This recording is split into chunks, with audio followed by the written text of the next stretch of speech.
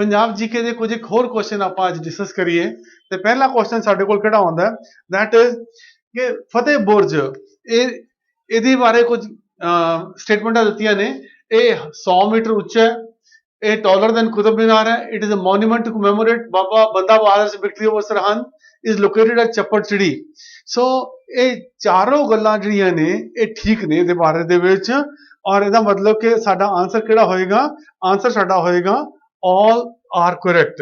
ਇਹਦੀ ਜਿਹੜੀ ਉਚਾਈ ਹੈ that is 328 ਫੁੱਟ ਦੀ ਉਚਾਈ ਹੈ। ਸੋ ਜਿਹੜਾ ਸੀਗਾ ਇਹ ਕੁਤਬ ਮੀਨਾਰ ਤੋਂ ਵੀ ਜ਼ਿਆਦਾ ਉੱਚਾ ਮੰਨਿਆ ਜਾਂਦਾ ਹੈ। ਔਰ ਜਦੋਂ ਬੰਦਾ ਸਿੰਘ ਬਹਾਦਰ ਨੇ ਚੱਪੜਚਿੜੀ ਦੇ ਮੈਦਾਨ ਦੇ ਵਜ਼ੀਰ ਖਾਨ ਹਰਾਇਆ ਸੀਗਾ, ਉਹਦੀ ਯਾਦਗਾਰ ਦੇ ਵਿੱਚ ਇਹਨੂੰ ਇੱਥੇ ਬਣਾਇਆ ਗਿਆ ਹੈ। Which one of the following is not a traditional Punjabi dance? Sammi, ਵੈਨ, ਗਿੱਧਾ, ਭੰਗੜਾ। ਇਹਨਾਂ ਦੇ ਵਿੱਚੋਂ ਟ੍ਰੈਡੀਸ਼ਨਲ ਪੰਜਾਬੀ ਡਾਂਸ ਕਿਹੜਾ ਨਹੀਂ ਹੈ? ਸੋ ਇਹਦੇ ਵਿੱਚੋਂ ਵੈਨ ਜਿਹੜਾ ਹੈਗਾ, ਵੈਨ ਪਾਏ ਜਾਂਦੇ ਨੇ ਜਦੋਂ ਕਿਸੇ ਦੀ ਮੌਤ ਹੋ ਜਾਂਦੀ ਹੈ। ਸੋ ਇਹ ਟ੍ਰੈਡੀਸ਼ਨਲ ਪੰਜਾਬੀ ਡਾਂਸ ਨਹੀਂ ਹੈ। ਸੰਮੀ ਤੁਸੀਂ ਗਾਣਾ ਸੁਣਿਆ ਹੋਣਾ, ਓਏ ਮੇਰੀ ਮਾਏ ਸੰਮੀਆਂ ਵੇ ਸੰਮੀਆਂ, ਠੀਕ ਹੈ ਨਾ, ਇੱਕ ਤੁਸੀਂ ਗਾਣਾ ਸੁਣਿਆ ਹੋਣਾ ਪੰਜਾਬੀ ਦਾ। ਸੋ ਇਹ ਸੰਮੀ ਡਾਂਸ ਹੈ ਜਿਹੜਾ ਕਿ ਸੰਦਲਬਾਰ ਦੇ ਇਲਾਕੇ ਦੇ ਵਿੱਚ ਇਹ ਗਾਇਆ ਜਾਂਦਾ ਹੈ। ਇਹ ਟ੍ਰਾਈਬਲ ਡਾਂਸ ਜਿਹਨੂੰ ਕਿਹਾ ਜਾਂਦਾ। ਗਿੱਧਾ ਕੁੜੀਆਂ ਦਾ ਡਾਂਸ ਹੈਗਾ ਤੇ ਭੰਗੜਾ ਮੁੰਡਿਆਂ ਦਾ ਡਾਂਸ ਹੈ। Kandi area is an important climatic zone of Punjab, has the following characteristics. It is sub-mountainous। Himachal Pradesh ਦੇ ਨਾਲ ਲੱਗਣ ਵਾਲਾ ਇਲਾਕਾ ਸਬ ਮਾਊਂਟੇਨੀਅਸ ਹੈ, ਇਹ ਵੀ ਠੀਕ ਹੈ। Lack of perennial water source, ਕਿਉਂਕਿ ਪਹਾੜੀ ਮੈਦਾਨਾਂ ਦੇ ਵਿੱਚ ਕੋਈ ਜ਼ਮੀਨਾਂ ਦਾ ਪਾਣੀ ਤਾਂ ਨਹੀਂ ਹੋਏਗਾ, that means रेन वाटर ਦੇ ਉੱਤੇ ਜ਼ਿਆਦਾ ਡਿਪੈਂਡ ਕਰਨਾ ਪਏਗਾ, ਇਹ ਵੀ ਠੀਕ ਹੈ। High cost of cultivation, ਇਹ ਵੀ ਠੀਕ ਹੈ ਕਿਉਂਕਿ ਜ਼ਮੀਨ ਪੱਧਰੀ ਨਹੀਂ ਹੋਏਗੀ ਤਾਂ ਆਟੋਮੈਟਿਕਲੀ ਹਾਈ ਕਾਸਟ ਹੋ ਜਾਣੀ ਹੈ।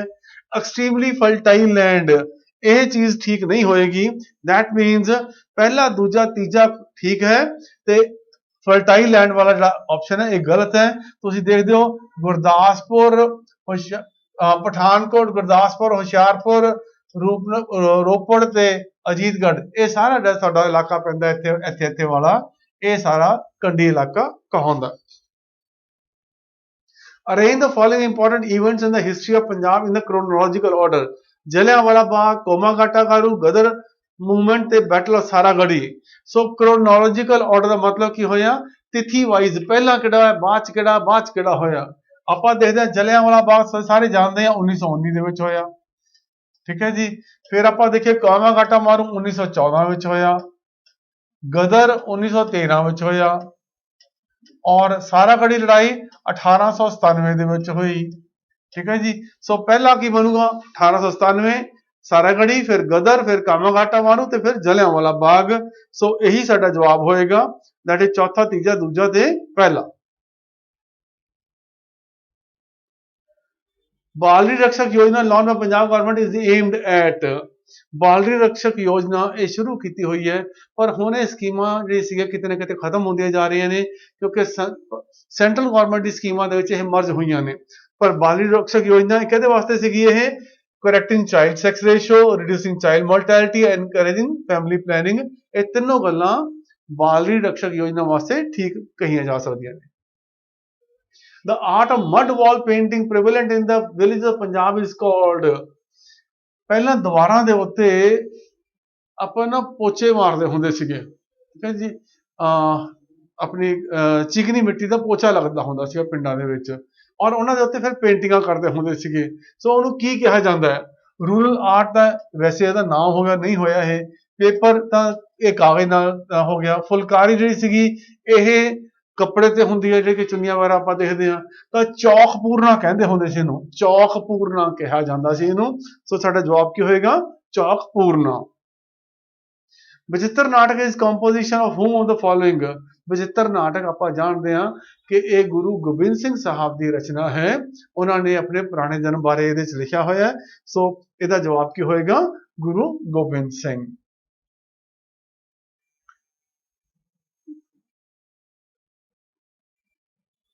Dalip Kaur Tiwana received which of the following awards। ਸੋ ਉਹਨੂੰ ਸਾਹਿਤਿਆ ਅਕੈਡਮੀ ਅਵਾਰਡ ਮਿਲਿਆ ਸੀਗਾ ਦਲੀਪ ਕੌਰ ਟਿਵਾਣਾ ਨੂੰ। ਇਹੋ ਹਮਾਰਾ ਜੀਵਨਾ, ਇਹ ਉਹਨਾਂ ਦੀ ਜਿਹੜੀ ਕਥਾ ਸੀਗੀ ਉਹਦੇ ਉੱਤੇ ਇਹਨਾਂ ਨੂੰ ਸਾਹਿਤਿਆ ਅਕੈਡਮੀ ਅਵਾਰਡ ਮਿਲਿਆ ਸੀ। A center of excellence for potato has been set up at। ਆਲੂਆਂ ਦੀ ਖੋਜ ਬਾਰੇ ਉਹਦੇ ਤੇ ਰਿਸਰਚ ਕਰਨ ਵਾਸਤੇ ਸੈਂਟਰ ਕਿੱਥੇ ਬਣਾਇਆ ਗਿਆ? ਇਹ ਜਲੰਧਰ 'ਚ ਬਣਾਇਆ ਗਿਆ ਹੈ। ਸੋ ਇਹ ਜਲੰਧਰ ਦੇ ਵਿੱਚ ਇਸ ਤਰ੍ਹਾਂ ਦਾ ਸੈਂਟਰ ਹੈ। Dara Shikoh, the eldest son of Shah Jahan, sought blessings of which of the following Sikh gurus? Dara Shikoh ਨੇ ਕਿਹੜੇ ਗੁਰੂ ਸਾਹਿਬ ਦੀਆਂ ਆਸ਼ੀਰਵਾਦ ਪ੍ਰਾਪਤ ਕੀਤਾ ਸੀਗਾ? ਸੋ ਉਹਨਾਂ ਨੇ ਆਸ਼ੀਰਵਾਦ ਪ੍ਰਾਪਤ ਕੀਤਾ ਸੀਗਾ ਗੁਰੂ ਹਰਰਾਏ ਸਾਹਿਬ ਜੀ ਦਾ ਆਸ਼ੀਰਵਾਦ ਪ੍ਰਾਪਤ ਕੀਤਾ ਸੀਗਾ। The cotton belt is located in the area of cotton belt ਆਪਾਂ ਜਾਣਦੇ ਹਾਂ ਕਿ ਰੇਤਲੀ ਮਿੱਟੀ ਚਾਹੀਦੀ ਹੈ, ਤਾਂ ਰੇਤਲੀ ਮਿੱਟੀ ਕਿਹੜੇ ਇਲਾਕੇ 'ਚ ਹੁੰਦੀ ਹੈ? ਉਹ ਮਾਲਵੇ ਵਾਲੇ ਇਲਾਕੇ 'ਚ ਹੁੰਦੀ ਹੈ, ਤਾਂ ਇਹਦਾ ਆਨਸਰ ਕੀ ਹੋਏਗਾ? ਮਾਲਵਾ ਹੋਏਗਾ। At which place Punjab region were the Ashokan inscriptions found? Ashoka the time ਤੁਸੀਂ ਦੇਖਦੇ ਹੋ 326 ਤੋਂ ਪਹਿਲਾਂ ਦਾ ਏਰੀਆ ਪੈਂਦਾ ਇਹ 326 BC ਦਾ। ਸੋ ਉਸ ਵੇਲੇ ਦੀਆਂ ਇਨਸਕ੍ਰਿਪਸ਼ਨਸ ਜਾਂ ਉਸ ਵੇਲੇ ਦੇ ਜਿਹੜੇ ਪੁਰਾਣ ਤੱਤਵ ਹੈਗੇ ਨੇ ਕਿੱਥੇ ਮਿਲਦੇ ਨੇ ਸਾਨੂੰ? ਇਹ ਕੰਧਾਰ, ਹੜੱਪਾ, ਤਕਸ਼ਿਲਾ, ਮੁਲਤਾਨ, ਇਹ ਸਾਨੂੰ ਕਿੱਥੇ ਮਿਲਦੇ ਨੇ? ਹੜੱਪਾ ਦੇ ਵਿੱਚ ਮਿਲਦੇ ਨੇ। ਹੜੱਪਾ ਅੱਜ ਦੀ ਤਰੀਕ 'ਚ ਕਿੱਥੇ ਪੈਂਦਾ ਇਹ ਪੁਰਾਣਾ ਪੰਜਾਬ ਜਾਂ ਹੁਣ ਪਾਕਿਸਤਾਨ ਦੇ ਵਿੱਚ ਇਹ ਪੈਂਦਾ, ਜਿਹੜਾ ਕਿ ਰਾਵੀ ਦੇ ਕੰਢੇ ਦੇ ਉੱਤੇ ਪੈਂਦਾ ਹੈ। How many districts of Punjab share boundaries with Haryana? ਆਮ ਤੌਰ ਤੇ ਅਸੀਂ ਕਹਿੰਦੇ ਹਾਂ ਕਿ 6 ਹੈਗੇ ਨੇ, ਪਰ ਹੁਣ 7 ਹੋ ਗਏ ਨੇ। 7 ਕਿਹੜੇ ਹੋ ਗਏ ਜੀ? ਪੰਚਕੁਲਾ, ਇਹ ਵੀ ਪੰਜਾਬ ਦੇ ਨਾਲ ਚੁੰਝ ਦੀ ਫਸਦੀ ਹੈ। ਅੰਬਾਲਾ, ਕੁਰੂਕਸ਼ੇਤਰਾ ਦਾ ਵੀ ਥੋੜਾ ਜਿਹਾ ਹਿੱਸਾ ਲੱਗਦਾ ਹੈ, ਔਰ ਠੀਕ ਹੈ ਜੀ। ਫਿਰ ਉਸ ਤੋਂ ਬਾਅਦ ਤੁਹਾਡਾ ਹਿਸਾਰ ਆ ਗਿਆ, ਸਰਸਾ ਆ ਗਿਆ, ਔਰ ਕੈਥਲ ਆ ਗਿਆ। ਇਹ ਸਾਰੇ ਇਲਾਕੇ ਜਿਹੜੇ ਹੈਗੇ ਨੇ ਇਹ ਪੰਜਾਬ ਦੇ ਨਾਲ ਲੱਗਦੇ ਨੇ ਤੇ 7 ਜ਼ਿਲ੍ਹੇ ਪੈਂਦੇ ਨੇ। ਪਹਿਲਾਂ 6 ਹੁੰਦੇ ਸੀ, ਹੁਣ 7 ਹੋ ਗਏ ਨੇ। Who was the hero Battle of Sabraon? ਸ਼ਾਮ ਸਿੰਘ ਅਟਾਰੀ ਵਾਲਾ ਜਿਹੜਾ ਸੀਗਾ ਉਹ ਬੈਟਲ ਆਫ ਸਬਰਾਉਂ ਦਾ ਮੇਨ ਹੀਰੋ ਸੀਗਾ, ਜਿਹਨੇ ਕਿ ਹਥਿਆਰ ਨਹੀਂ ਸੀ ਸੁੱਟੇ ਔਰ ਆਖਰੀ ਦਮ ਤੱਕ ਲੜਦਾ ਹੋਇਆ ਉਹ ਮਾਰਿਆ ਗਿਆ ਸੀ। Which city house is headquarter of Doordarshan? Punjab 'ਚ ਦੂਰਦਰਸ਼ਨ ਦਾ ਹੈਡਕੁਆਟਰ ਜਲੰਧਰ ਦੇ ਵਿੱਚ ਹੈ, ਇਹ ਸਾਰੇ ਜਾਣਦੇ ਹਾਂ ਆਪਾਂ। Which personality Nawab Kapoor Singh conferred ਸੁਲਤਾਨ ਉਲ ਕੌਮ? ਸੁਲਤਾਨ ਉਲ ਕੌਮ ਦਾ ਜਿਹੜਾ ਟਾਈਟਲ ਹੈ ਨਵਾਬ ਕਪੂਰ ਸਿੰਘ ਨੇ ਜੱਸਾ ਸਿੰਘ ਆਹਲੂਵਾਲੀਆ ਦੇ ਸਿਰ ਦੇ ਉੱਤੇ ਰੱਖਿਆ ਸੀਗਾ ਜਦੋਂ ਕਿ ਦਲ ਖਾਲਸਾ ਬਣਾਇਆ ਸੀਗਾ 1748 ਦੇ ਵਿੱਚ। Before 1962 Punjab agriculture university was known as college of agriculture. ਇਹ ਹਿੰਦੁਸਤਾਨ ਦੀ ਤੀਜੀ ਯੂਨੀਵਰਸਿਟੀ ਸੀਗੀ। ਸਭ ਤੋਂ ਪੁਰਾਣੀ ਪੰਤਨਗਰ ਦੇ ਵਿੱਚ, ਉਸ ਤੋਂ ਬਾਅਦ ਉੜੀਸਾ ਦੇ ਵਿੱਚ, ਤੇ ਤੀਜੀ 1961 ਕੇ ਬਾਅਦ ਦੇ ਵਿੱਚ ਇਹ ਫਿਰ ਪੰਜਾਬ ਯੂਨੀਵਰਸਿਟੀ ਦੀ 62 ਦੇ ਵਿੱਚ ਪੰਜਾਬ ਐਗਰੀਕਲਚਰ ਯੂਨੀਵਰਸਿਟੀ ਬਣੀ ਸੀ। ਦਲ ਖਾਲਸਾ ਵਾਸ ਡਿਵਾਈਡਡ ਇਨਟੂ। ਦਲ ਖਾਲਸਾ ਕਿੰਨੇ ਦੋ ਹਿੱਸੇ 'ਚ ਵੰਡਿਆ ਸੀਗਾ? ਇਹ ਤਰਨਾ ਦਲ ਤੇ ਬੁੱਢਾ ਦਲ ਦੇ ਵਿੱਚ, ਬੁੱਢਾ ਦਲ ਤੇ ਤਰਨਾ ਦਲ 'ਚ ਵੰਡਿਆ ਹੋਇਆ ਸੀਗਾ। ਬੁੱਢਾ ਦਲ 'ਚ 40 ਸਾਲ ਤੋਂ ਉੱਪਰ ਦੀ ਉਮਰ ਵਾਲੇ ਬੰਦੇ ਤੇ ਤਰਨਾ 40 ਸਾਲ ਤੋਂ ਨੀਚੇ ਵਾਲੇ। ਬੁੱਢਾ ਦਲ ਧਾਰਮਿਕ ਸਥਾਨਾਂ ਦੀ ਸੇਵਾ ਕਰਦੇ ਸੀਗੇ ਤੇ ਤਰਨਾ ਦਲ ਉਹਨਾਂ ਨੂੰ ਬਚਾਉਣ ਦਾ ਕੰਮ ਕਰਦੇ ਸੀਗੇ। Consider the following Mughal सूबेदार of Punjab: मीर मन्नू, अब्दुल समद खान, जकरिया खान, यहिया खान। ਅਬਦੁਲ ਸਮਦ ਖਾਨ ਕਸ਼ਮੀਰ ਤੋਂ ਫਾਰੂਕ ਸਿਆਰ ਨੇ ਬੁਲਾਇਆ ਸੀਗਾ ਪੰਜਾਬ ਦੇ ਵਿੱਚ ਜਦੋਂ ਕਿ ਬੰਦਾ ਬਹਾਦਰ ਨੂੰ ਫੜਨਾ ਸੀਗਾ। ਜ਼ਕਰੀਆ ਖਾਨ ਦਾ ਪੁੱਤਰ ਸੀਗਾ, 1726 ਦੇ ਵਿੱਚ ਬਣਿਆ ਸੀਗਾ। ਉਸ ਤੋਂ ਬਾਅਦ ਯਹੀਆ ਖਾਨ ਬਣਿਆ ਸੀਗਾ ਜਿਹੜਾ ਕਿ ਜ਼ਕਰੀਆ ਖਾਨ ਦਾ ਪੁੱਤਰ ਸੀਗਾ। ਫਿਰ ਮੀਰ ਮੰਨੂ ਬਣਿਆ। ਸੋ ਸਾਡਾ ਆਨਸਰ ਕੀ ਬਣੇਗਾ? ਪਹਿਲਾ ਅਬਦੁਲ ਸਮਦ ਖਾਨ, ਫਿਰ ਜ਼ਕਰੀਆ ਖਾਨ, ਫਿਰ ਯਹੀਆ ਖਾਨ ਤੇ ਫਿਰ ਮੀਰ ਮੰਨੂ। ਇਹ ਸਾਡਾ ਜਵਾਬ ਰਹੇਗਾ। Which of the following Indus Valley site is not located in the Punjab? ਪੁਰਾਣੇ ਪੰਜਾਬ ਦੇ ਇਲਾਕੇ ਦੇ ਵਿੱਚ ਇਹਨਾਂ ਚੋਂ ਕਿਹੜੀ ਸਾਈਟ ਨਹੀਂ ਹੈ?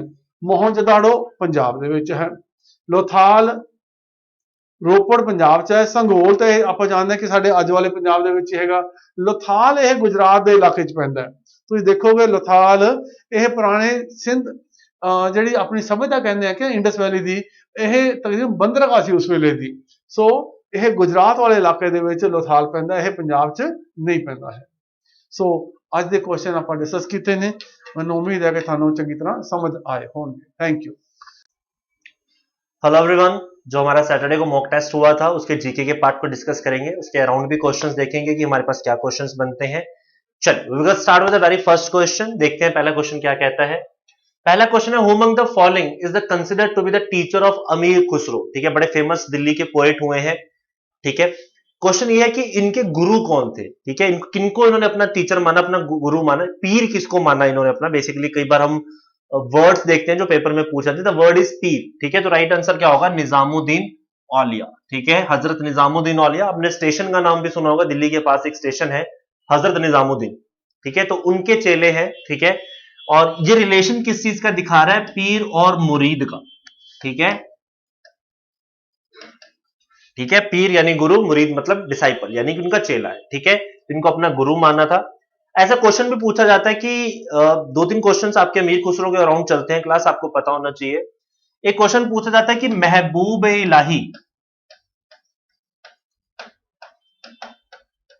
किनको कहा गया था, ठीक है, इतिहास में महबूब इलाही किसको कहा गया है, आपके निजामुद्दीन औलिया को कहा गया, ठीक है। किसने कहा था, अमीर खुसरो साहब ने ही कहा था, ठीक है। अमीर खुसरो का टाइटल पूछा जाता है, इन्हें तूतिए हिंद भी कहा जाता है, पैरेट ऑफ इंडिया। उर्दू के निर्माता भी यही हैं क्लास, ठीक है। तो कुछ की पॉइंट्स हैं जो आपको पता होने चाहिए, पूछे जाते हैं। अगर मैं बाकी लोगों की भी बात करता हूं तो ये आपस में भी सारे के सारे सूफी मूवमेंट के हिसाब से इंटर रिलेटेड है। सबसे पहले मुइनुद्दीन चिश्ती, जिन्होंने चिश्ती मूवमेंट की शुरुआत की थी भारत में, बाबा फरीद, निजामुद्दीन औलिया, बख्तियार काकी, ये सारे इसी सेक्ट से बिलोंग करते हैं। बख्तियार काकी के नाम पर ही आपकी कुतुब मीनार है क्लास, आपको याद रखना है। इनका पूरा नाम है ख्वाजा कुतुबुद्दीन बख्तियार काकी, ठीक है। तो ये सारे क्वेश्चंस आपको पता होने चाहिए। सूफी मूवमेंट के ऊपर ध्यान से पढ़िए क्लास, उसमें से कई बार क्वेश्चंस पूछे जाते हैं। 7-8 क्वेश्चन तो मैंने आपको यहां बता दिया, तो प्लीज इसको और गो थ्रू कीजिए, ठीक है। चलिए नेक्स्ट क्वेश्चन देखते हैं। The elected college of the president consist of, president की इलेक्शन में कौन वोट डालता है, कौन नहीं वोट डालता, उससे रिलेटेड क्वेश्चन है, ठीक है। पहला है elected member of both houses of parliament, यानी कि जो मेंबर्स पार्लियामेंट के दोनों इलेक्टेड है, दोनों हाउसेज के। Elected member of both the houses of state legislature, यानी विधान परिषद और विधानसभा, लेजिस्लेटिव असेंबली, लेजिस्लेटिव काउंसिल, उनके मेंबर्स वोट डालते हैं। Elected members of legislative assemblies of all the state, यानी जितनी भी स्टेट असेंबलीज हैं भारत के, सिर्फ वही वोट डालेंगी, काउंसिल्स नहीं डाल रही हैं। Elected members of legislative assemblies of Delhi and Pondicherry, Delhi और पौंडीचेरी की जो विधानसभाएं हैं वो भी सिस्टम में वोट डालेंगे। अब जरा ध्यान से देखते हैं क्लास, ठीक है। राइट आंसर क्या है, 1, 3 एंड 4, सेकंड नहीं है क्लास। स्टेट की जो असेंबलीज हैं क्लास, वो वोट डालती हैं, जो कि हमारे थर्ड पॉइंट में लिखा भी हुआ है। स्टेट काउंसिल्स वोट नहीं डालती हैं, ठीक है, ये आपको याद रखना है। क्योंकि एक तो पहली बात है कि पूरे भारत में स्टेट काउंसिल्स नहीं है, सब जगह पे सिर्फ 7 स्टेट्स हैं जहां पे काउंसिल्स एग्जिस्ट करती हैं, बाकी जगह तो है ही नहीं, ठीक है। तो इस प्रोस्पेक्ट से देखा जाए तो बात नहीं बनती। 28 राज्यों में तो नहीं है, बाकी जगह पर अगर देखा जाए तो 28 में से 6-7 राज्यों में है ये, तो वोटिंग राइट नहीं मिलता है आपकी काउंसिल को, और उसमें मोस्टली मेंबर्स नॉमिनेटेड होते हैं आपके, ठीक है। तो आपको याद रखना है, इलेक्टेड मेंबर्स वोट डालते हैं सेंट्रल पार्लियामेंट के भी, स्टेट असेंबलीज के भी, दिल्ली और पौंडीचेरी के भी, क्योंकि वो भी असेंबलीज एग्जिस्ट करती हैं, यूटी है लेकिन असेंबलीज एग्जिस्ट करती हैं वहां पर, ठीक है। केजरीवाल साहब हमारे मुख्यमंत्री है ना दिल्ली से, तो असेंबलीज एग्जिस्ट करती हैं, तो वोट डालती, काउंसिल्स वोट नहीं डालती हैं क्लास, ठीक है। तो सेकंड स्टेटमेंट गलत थी कि दोनों हाउसेज स्टेट लेजिस्लेचर के वोट डालेंगे, ठीक है। चलिए, the quorum of Lok Sabha and Rajya Sabha is, quorum क्या होता है, आपके क्वेश्चन ये पूछा गया कि लोकसभा और राज्यसभा का क्वारम क्या होता है, ठीक है। आंसर है 1/10 ऑफ द टोटल मेंबरशिप, यानी कि अगर लोकसभा के मैं 1/10 मेंबर निकालता हूं तो 55 हो जाते हैं, वैसे तो अभी 543 हैं, तो अगर आपके पास 54 मेंबर्स प्रेजेंट नहीं है लोकसभा में, तो मैं लोकसभा की कार्रवाई की शुरुआत नहीं कर सकता। ऐसे ही राज्यसभा के अंदर 243 है, तो 1/10 निकालेंगे तो 24 हो जाएगा। तो अगर जब तक 24 मेंबर आपके राज्यसभा में नहीं है तो कोई कार्रवाई सदन की नहीं हो सकती। तो minimum number of person required to start the business of the parliament, Lok Sabha Rajya Sabha के काम की शुरुआत करने के लिए आपको कुछ मिनिमम नंबर ऑफ लोग चाहिए होते हैं, वो आपके पास अगर नहीं होते हैं तो आप स्टार्ट नहीं कर सकते, ठीक है, क्वारम। चलिए next, the main component of green house gas is, ठीक है। वो कहते हैं मेन कंपोनेंट आपके पास कौन सा है, कार्बन डाइऑक्साइड है, मीथेन है, नाइट्रस ऑक्साइड है। आंसर क्या है, none of the above, more than one of the above, इनसे ज्यादा चाहिए होती है, ठीक है। सारी गैसेस मिलकर ये ग्रीन हाउस इफेक्ट आपको बनाती है, ठीक है, ग्रीन हाउस गैस बनाती है। चलिए, मेन कंपोनेंट कार्बन डाइऑक्साइड को करते हैं, लेकिन मेन कंपोनेंट वर्ड नहीं लिखा हुआ था वहां पर, ठीक है। चलिए, sati system was abolished by, Bharat में सती सिस्टम के ऊपर बैन लगाने वाले कौन थे आपके, लॉर्ड विलियम बेंटिक, 1829 का ऐतिहासिक समय था। और इसके पायोनियर कौन है, राजा राम मोहन राय, ठीक है। द पायोनियर वाज राजा राम मोहन रॉय, जिन्होंने इसकी शुरुआत की थी, ठीक है, इस मुहिम को चलाया था, ब्रह्मो समाज ऑफ के भी फाउंडर थे। तो क्वेश्चन पूछा जाता है आपसे कि इसके इसके पायोनियर कौन रहे हैं, किसने किया था, ठीक है। तो ये सारे क्वेश्चन आपको पूछे जाते हैं। आपको लॉर्ड विलियम बेंटिक के समय के भी कुछ पॉइंट्स और याद रखने चाहिए क्लास। भारत में इन्होंने चाइल्ड सेक्रीफाइस को भी रोका था, कई बार क्वेश्चन ये भी पूछा जाता है, ठीक है। जो बच्चों की बलियां दी जाती हैं उसको भी किसने रोका था, आपके लॉर्ड विलियम बेंटिक के समय में ही रोका गया था। और भारत के पहले गवर्नर जनरल भी थे, first governor general of India. Bharat के पहले गवर्नर जनरल आपके पास कौन थे, लॉर्ड विलियम बेंटिक। ये क्वेश्चंस जो है इसके अराउंड बनते हैं आपके इस क्वेश्चन के, तो आपको सारे क्वेश्चंस पता होने चाहिए, आपको पूछे जाते हैं, ठीक है जी। Lord William Bentinck, child sacrifice का भी आपको पॉइंट याद रखना है, ठीक है। एक यूपीएससी पॉइंट ऑफ व्यू से क्वेश्चन बता देता हूं क्लास। कई बार हम लोग यूपीएससी लेवल के एग्जाम देते हैं या स्टेट के एग्जाम देते हैं। सो एक क्वेश्चन पूछा जाता है क्या सती प्रथा पूरे भारत पर लागू हुई थी, तो ये आंसर होगा गलत। कुछ स्टेट्स, फ्रेंडली स्टेट्स को एग्जम्प्ट किया गया था बाय द ब्रिटिशर, जैसे कि राजपुतानों में सती प्रथा के ऊपर बैन नहीं लगाया गया था। तो कुछ बेसिक चीजें हैं, जब आप डिटेल में पढ़ते हो तो आपको कई बार पूछ ली जाती है, तो आपको पता होना चाहिए। कई बार स्टेटमेंट आ जाती है simple, does the sati system implemented by the William Bentinck implies the whole of the India. क्या सती प्रथा जो विलियम बेंटिक ने रोकने के लिए लगाई गई थी, क्या वो पूरे भारत पर लागू थी, तो आंसर होगा नो, ये स्टेटमेंट गलत है। कुछ स्टेट्स इस केस में एग्जम्प्टेड रखी गई थी, ठीक है, तो आपको याद रखना है। चलिए next question, which extremist leader of the freedom movement was given the 6 year jail sentence punishment in 1908। 1908 में 6 वर्ष की जो सजा किसको दी गई थी, दैट इज बाल गंगाधर तिलक, ठीक है। उसके बाद आकर इन्होंने होम रूल मूवमेंट की भी शुरुआत की थी। लोकमान्य तिलक का भी इनको टाइटल दिया गया था, लोकमान्य कहा जाता है इन्हें। 2 न्यूज़पेपर स्टार्ट किए थे इन्होंने, ये भी पता होनी चाहिए, केसरी एंड महारता, ठीक है, आपको पूछे जाते हैं, ठीक है। तो आपको ये न्यूज़पेपर्स भी पता होने चाहिए। बाकी सारे भी एक्सट्रीमिस्ट है, Bipin Chandra Pal, Lala Lajpat Rai, Aurobindo Ghosh, they all are very prominent persons, ठीक है। तो बाल गंगाधर तिलक। शिवाजी फेस्टिवल, गणेश चतुर्थी, जो गणेश फेस्टिवल महाराष्ट्र में धूमधाम से मनाया जाता है, इसकी शुरुआत भी इन्होंने ही की थी। चलिए फ्री ट्रेड जोन आपके पास कौन सा है, ठीक है। एक बार सारे ऑप्शंस को देखते हैं, आंसर हमें दिख रहा है कि where trade is done without restriction, जहां पर किसी तरीके की रिस्ट्रिक्शन के बिना कोई ट्रेड किया जाए। बाकी स्टेटमेंट को देखते हैं वो क्यों गलत है।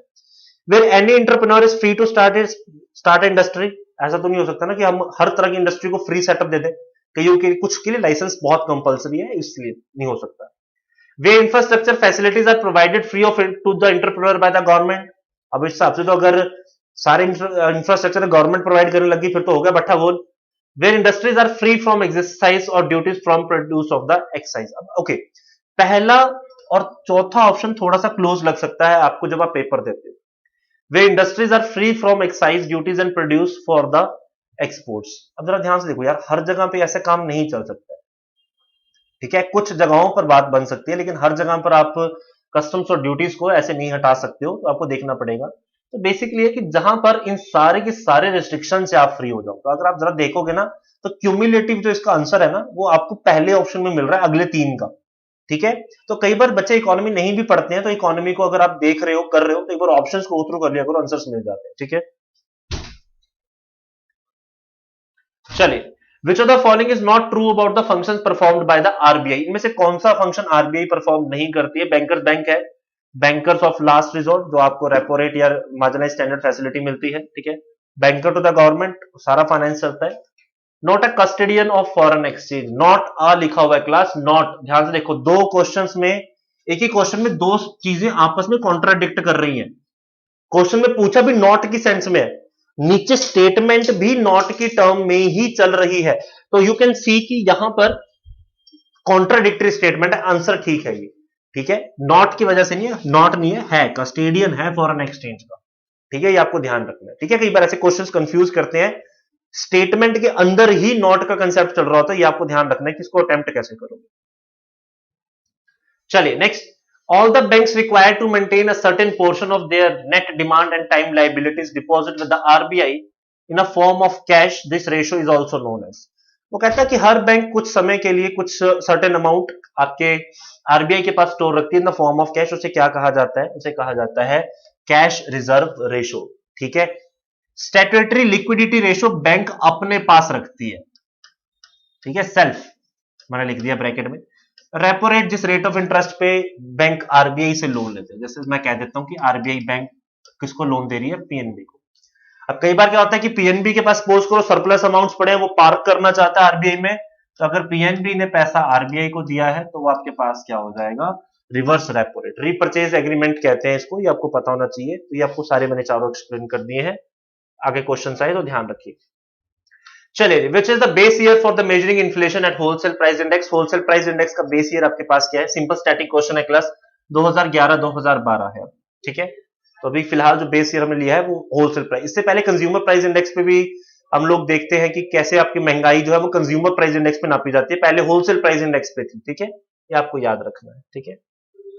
चलिए, अभी कंज्यूमर प्राइस इंडेक्स है। चलिए, in the part 3 of the Indian constitution the definition of state does not include, very very important class, बड़ी बार पूछा जाता है कि स्टेट वर्ड का मीनिंग क्या है। सारे ऑप्शंस को देखते हैं तभी पता लगेगा। पहला, the government and the parliament of India, Bharat सरकार, तो बिल्कुल जायज बात है, ये तो होगा ही होगा। The government and the legislature of each state, राज्य सरकारें बिल्कुल गवर्नमेंट के डिपार्टमेंट है। All local authorities like municipalities और पंचायत, भारत की सरकार का तीसरा टियर, तीसरा पहिया जो हमारा है, अगर उसको देखा जाए तो सेंट्रल गवर्नमेंट, स्टेट गवर्नमेंट, फिर लोकल गवर्नमेंट आती है, रूरल और अर्बन, पंचायत और म्यूनिसिपैलिटी, तो वो भी है। प्राइवेट बॉडी और agency with working independence of the state, अगर कोई ऐसी एजेंसी जो प्राइवेट है, जो सरकार से इसका कोई लेना देना नहीं है, वो आपके पास क्या कहलाएगी, स्टेट की डेफिनेशन में आती है, नहीं आती, तो नहीं आती है। मुझे कोई पूछे रिलायंस स्टेट की डेफिनेशन में आता है, नहीं आता है, तो नहीं आता है, रिलायंस सरकारी थोड़ी है, ठीक है। तो आपको भारत पेट्रोलियम कोई पूछ ले तो आएगा। एक क्वेश्चन पूछा जाता है कि जुडिशरी स्टेट की डेफिनेशन में आती है, ये नहीं आती है, बड़ा इंपॉर्टेंट है ये पॉइंट, ठीक है। जुडिशरी आपकी जब लॉ मेकिंग का काम करती है ना क्लास, ये आपको याद रखना है, जुडिशरी जब लॉ मेकिंग का काम करेगी तो वो स्टेट की डेफिनेशन में आएगी, लेकिन जब वो नॉर्मल अपना फंक्शन कर रही है, यानी वो जस्टिस को सर्व कर रही होती है, उस समय वो स्टेट की डेफिनेशन में आती है। दो सिचुएशन, जब आपकी कोर्ट कोई नया लॉ बनाती है, कोई कानून बनाती है, तो उस समय वो स्टेट की डेफिनेशन में नहीं होती है, लेकिन जब वो नॉर्मल किसी केस की सुनवाई कर रही होती है, जस्टिस को सर्व कर रही होती है, उस समय वो स्टेट की डेफिनेशन में होती है। ये आपको ध्यान रखना है क्लास, ऐसे क्वेश्चंस पूछे जाते हैं कई बार, ठीक है। चलो next, when the prices of the commodity and the goods or services start declining consistently, the phenomena is known as, वो कहता है कि जब आपकी गुड्स और सर्विसेज की दाम, कीमतें लगातार कंसिस्टेंटली घटती जाएं, तो उसको आप क्या बोलते हो, this process is called as deflation, ठीक है। नॉर्मल सा क्वेश्चन था, उल्टा होता तो महंगाई, इन्फ्लेशन, अगर कंसिस्टेंटली ड्रॉप हो रही है तो डिफ्लेशन, ठीक है। चलिए next, economic growth is usually coupled with, ये बड़ा इंपॉर्टेंट है क्लास, कई लोगों को लगता है कि महंगाई बुरी चीज होती है, ऐसा कुछ नहीं है। किसी भी मुल्क की तरक्की उसकी इन्फ्लेशन के साथ पैरेलल चलती है। अगर महंगाई बढ़ रही है तो दिस इज अ साइन कि आपकी देश तरक्की भी कर रहा होगा। हर बार नहीं, ऐसा मत, हमेशा मत कपल अप कर लेना कहीं तुम श्रीलंका का एग्जांपल लेके बैठ जाओ, ऐसा नहीं है। इकोनॉमिकल प्रोस्पेक्ट एक सिस्टम होता है, अगर विद इन द लिमिट, जिसको हम हेल्दी लिमिट बोलते हैं, अगर 3 से 6% के बीच में अगर इन्फ्लेशन चल रही है, वो देश की तरक्की करवाती है। जैसे आप अमेरिका में चले जाओ, अमेरिका बहुत समृद्ध देश है बट बड़ी महंगाई है वहां, ठीक है। तो दिस इज इन्फ्लेशन रेट, ठीक है, ये ध्यान रखना आपको। Next, which of the following folk pairs is not correctly match, ठीक है, आपके कौन से पेयर जो है वो करेक्टली मैच नहीं है, ठीक है। आपके भगवती, वनाव, कश्मीर बॉल, ये सारे के सारे एग्जिस्ट हैं, अलाहा नहीं है, ये आपके मध्य प्रदेश का है, ठीक है, फोक म्यूजिक। चलिए next, which of the following is considered to be the characteristic of poetry of Indus valley civilisation, जो इंडस वैली सिविलाइजेशन है उस समय जो आपके पोएट्रीज है जो हमारे मिट्टी से बनाए जाते हैं, उसके अंदर कैरेक्टरिस्टिक्स क्या है, तो ब्लैक और रेड कलर की पोएट्रीज के आपको डिजाइन देखने को मिलते हैं, ठीक है। चलिए, is a protein deficiency disorder, आपको बताना कि प्रोटीन की डेफिशिएंसी से कौन से डिसीज होते हैं, तो आपके पास है कावेशियोरकर, स्कर्वी विटामिन है, अनीमिया आयरन है, ठीक है। कावेशियोरकर आपका प्रोटीन से होता है, कावेशियोरकर और मैरस्मस 2 डिजीज है आपके जो प्रोटीन की कमी से आपको देखने को मिलता है, अर्ली एजेस में होता है ये, ठीक है। चलिए next, earthworm breathe through there, जो अर्थवर्म होते हैं हमारे, वो सांस लेने का माध्यम कहां से लेते हैं, कहां से सांस लेते हैं, that is through the skin, ठीक है, जनरलाइज स्टैंडर्ड क्वेश्चन है class, you have to remember them as it is.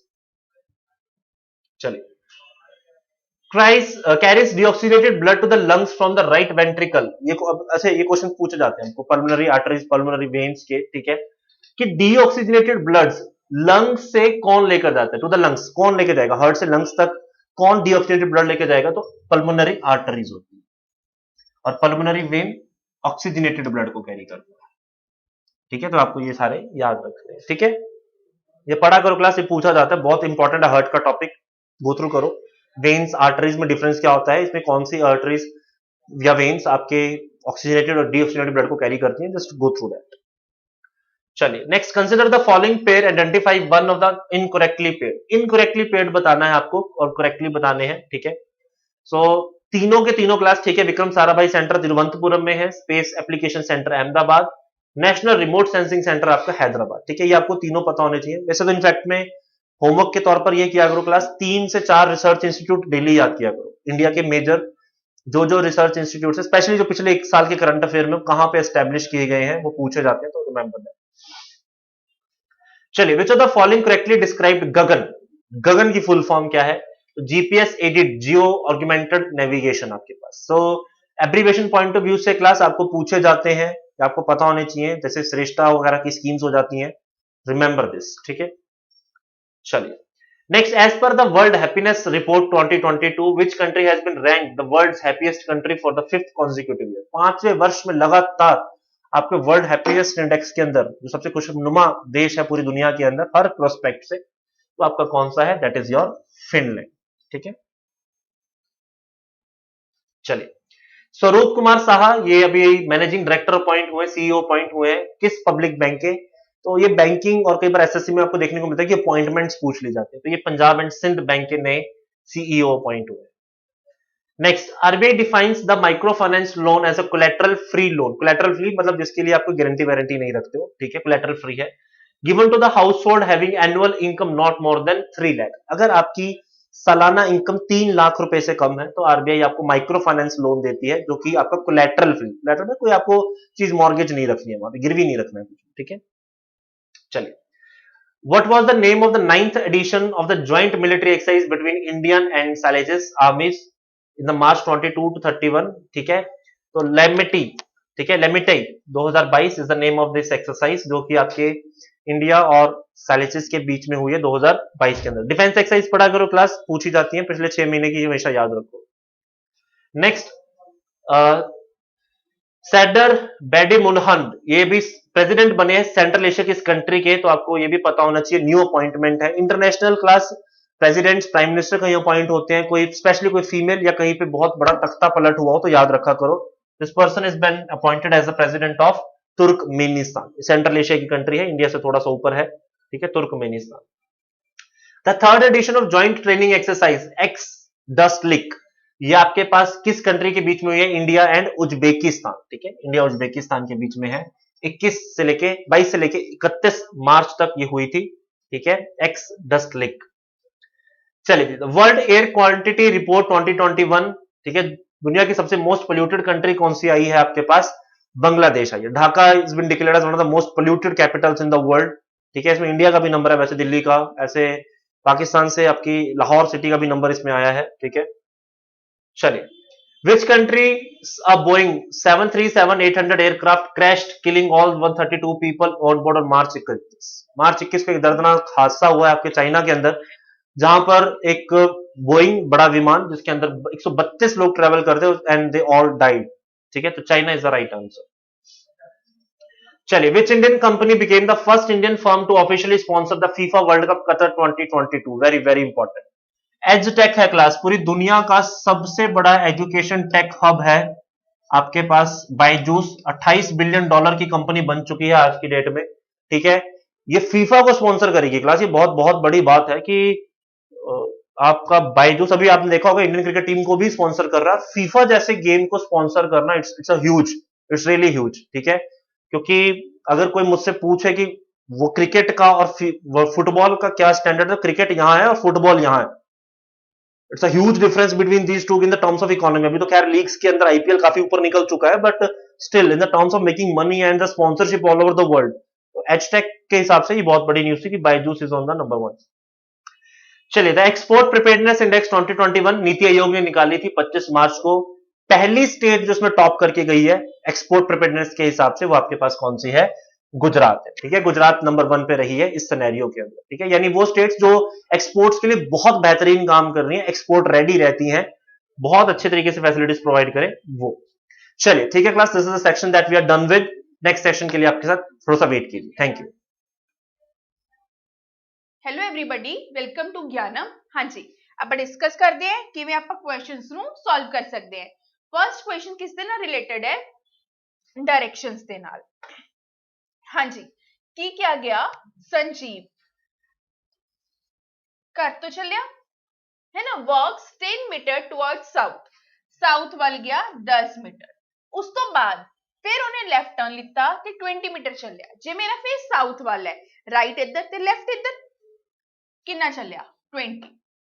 उस तो बाद की किता? उस तो बाद उसने राइट टर्न लिता। ठीक है जी, फेस ईस्ट वाल, राइट टर्न इधर, कितना चलिया? 20। हुन फेस फिर साउथ वाल है ना, दोबारा तो किता? राइट टर्न लिता, कितना चलिया? 20। फेस वेस्ट वाल। ठीक है जी, दोबारा तो किता? हाँ जी, राइट टर्न लिता ते फिर कितना चलिया? 20 है ना, बट 20 चलाता। फाइनली उसने राइट टर्न लिता ते 10 चलिया। टोटल कितना सी है? 20, पर हुन कितना चलिया? 10। ए कितना बचिया? 10। पूछया कि स्टार्टिंग ते हुन दे विच दा डिस्टेंस कितना है? की कहोगे? 20। 10 + 10 20। ते किस डायरेक्शन वाल फेस है? South wall. की आंसर आऊगा? 20 मीटर साउथ। क्लियर? नेक्स्ट देखो। हाँ जी, सब तो पहला इस रिलेशन को आप ड्रॉ कर लेने m - n। की क्या गया? m मदर है किस दी? n दी। मदर है n दी। n into t, n father है t दे। t plus q, t daughter है q दी। ये दोनों की हुए? हस्बैंड वाइफ हुए। हाँ जी, which of the following is not true? की ट्रू नहीं है। m मदर इन लॉ है क्यू दी, बिल्कुल है, तो ए वाला पॉइंट तो ट्रू हो गया, पर इसलिए अपना आंसर नहीं है। क्यू वाइफ है एन दी, ए भी ट्रू है, तो ये अपना आंसर नहीं है। टी ग्रैंड डॉटर है एम दी, हाँ जी, ग्रैंड डॉटर है एम दी, बिल्कुल, इसलिए ए भी अपना आंसर नहीं है। अगला एन वाइफ है, नहीं, एन ता मेल है, यह गलत हो गया, ताही अपना आंसर है, क्योंकि आपा के दसना सी कि ट्रू नहीं है। Next, in a row of girl facing north, हाँ जी, किसका क्वेश्चन है? रैंकिंग का। Reena, Reena 10th to the left of Pallavi, Pallavi 21st from right. उससे 10th लेफ्ट विच कौन है? रीना। की रैंक आऊगा? 31st from right. जे मालिनी 17 फ्रॉम लेफ्ट है, ते मालिनी 4th राइट ते है रीना दे। 1 2 3 4, मालिनी रैंक की है 17th फ्रॉम लेफ्ट। ठीक है जी, राइट तो कितना हो जाऊगा? 27 फ्रॉम राइट। टोटल बच्चे दसने हैं, left plus right -1, 17 plus 23 -1 43। Clear? मैं ही लेके चल रही है कि थोनू कॉन्सेप्ट्स पता है। Mahindra correctly remember that he visited Bokaro before 12th of July but after 8th of July। ठीक है, 8 जुलाई तो बाद पर 12 जुलाई तो पहला। उसके फ्रेंड नो रिमेंबर है कि Mahindra visited Bokaro after 10th of July and before 15th of July। Common date की बची 11 जुलाई। ਇਹਦੇ ਵਿੱਚ ਕੀ ਹੋਇਆ? 9 10 11, ਇਹਦੇ ਵਿੱਚ 11 12 13, common date 11। The answer is 11th July। हाँ जी, साइलोजिज्म का question. Some dogs are bags, no bag is loin, all rooms are loin, कोई भी बैग loin नहीं, ठीक है। some rooms are bag, room ते बैग दूर दूर, dog ते loin दूर दूर, all rooms are dog ना, no dog ਤੇ room ਦੇ ਵਿੱਚ ਤਾਂ cross ਦਾ sign ਹੀ ਨਹੀਂ ਆਇਆ, ਕੀ ਕਹੋਗੇ? none follows। आया समझ? हाँ जी। ਹੁਣ ਕੀ ਕਿਹਾ ਗਿਆ? a man has 480 in the denomination of 1 rupee note, 5 rupee ਤੇ 10 rupee। ਜੇ number of notes of each denomination is equal, ਇੱਕ ਬੰਦੇ ਕੋਲ 1 ਰੁਪਏ ਦੇ, 5 ਰੁਪਏ ਦੇ ਤੇ 10 ਰੁਪਏ ਦੇ ਨੋਟ ਸੀ, ਪਰ 1 ਰੁਪਏ ਦੇ ਜਿੰਨੇ ਨੋਟ ਸੀ, ਜੇ 10 ਨੋਟ 1 ਰੁਪਏ ਦੇ ਸੀ ਤੇ 10 ਨੋਟ 5 ਰੁਪਏ ਦੇ ਸੀ ਤੇ 10 ਹੀ ਨੋਟ 10 ਰੁਪਏ ਦੇ ਸੀ, ਠੀਕ ਹੈ। ਤੇ ਜੇ ਟੋਟਲ ਵੈਲਿਊ 480 ਬਣਦੀ ਹੈ ਤਾਂ ਆਪਾਂ ਕੀ ਦੱਸਣਾ ਹੈ? ਨੋਟ ਕਿੰਨੇ ਹੈ ਬੰਦੇ ਕੋਲ, ਸਮਝ ਆਇਆ? ਕੀ ਕਰਾਂਗੇ? ਹਾਂਜੀ, ਆਪਾਂ ਅਸਿਊਮ ਕਰਕੇ ਚੱਲਦੇ ਹਾਂ ਕਿ ਨੋਟ ਕਿੰਨੇ ਹੈ ਬੰਦੇ ਕੋਲ? x। ਮੈਂ ਲੈ ਕੇ ਚੱਲ ਰਹੀ ਹਾਂ ਕਿ 1 ਰੁਪਏ ਦੇ ਵੀ x ਨੋਟ ਹੈ, 5 ਰੁਪਏ ਦੇ ਵੀ x ਨੋਟ ਹੈ ਤੇ 10 ਰੁਪਏ ਦੇ ਵੀ x ਨੋਟ ਹੈ। 1 ਰੁਪਏ ਦੇ, 5 ਰੁਪਏ ਦੇ ਵੀ x ਨੋਟ ਹੈ ਤੇ 10 ਰੁਪਏ ਦੀ ਵੀ x ਨੋਟ ਹੈ ਤੇ ਟੋਟਲ 480 ਨੋਟਸ ਹੈ।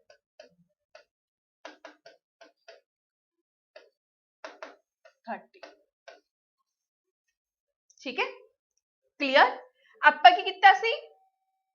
x ਨੋਟ ਇਹਦੇ, x ਨੋਟ ਇਹਦੇ, x ਨੋਟ ਇਹਦੇ, ਟੋਟਲ ਨੋਟ ਕਿੰਨੇ ਹੋ ਗਏ?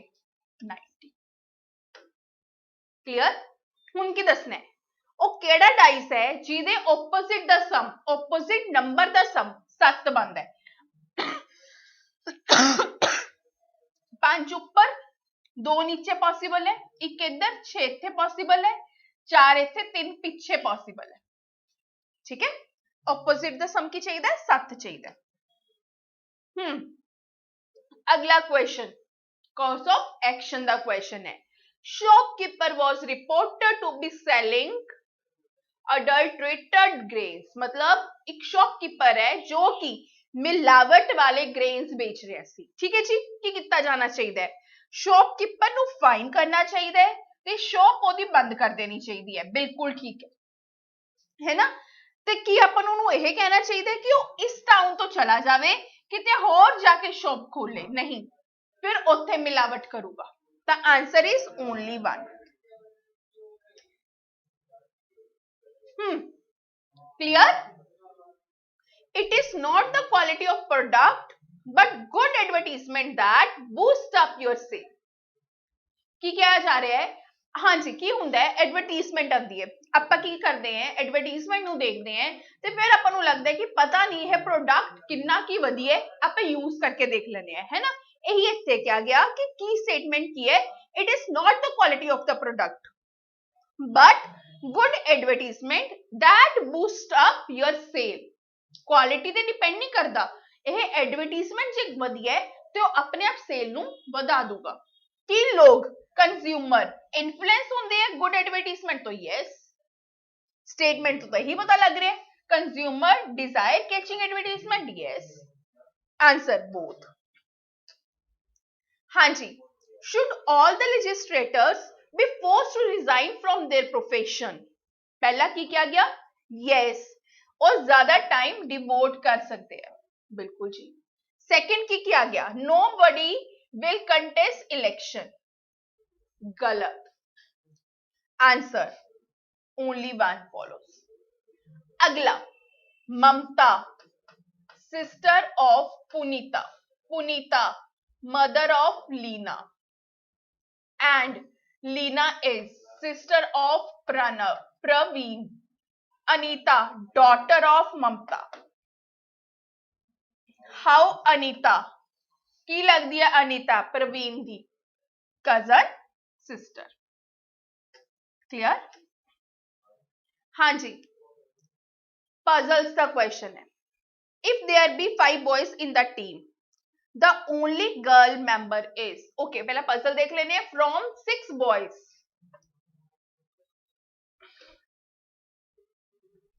from 6 boys A, B, C, D, E, F, 5 girls P, Q, R, S, T. A team of 6 member is to be selected under the following condition. ठीक है जी, 6 लोगों की team चाहिए है. A and D have to be together. A ते D ने नाल नाल आना है.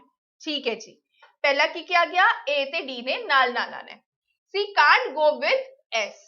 C ने S दे नाल नहीं जाना. ठीक है जी. S and T have to be together. S ते T ने नाल नाल आना है. B can't be teamed with the E. B ने E दे नाल टीम नहीं बनानी. B ने E दे नाल टीम नहीं बनानी. ठीक है जी. D can't go with P. D ने किदे नाल नहीं जाना, P दे नाल नहीं जाना. D ने P दे नाल नहीं जाना. B ने R दे नाल जाना है. B ने किदे नाल जाना है, R दे नाल जाना है.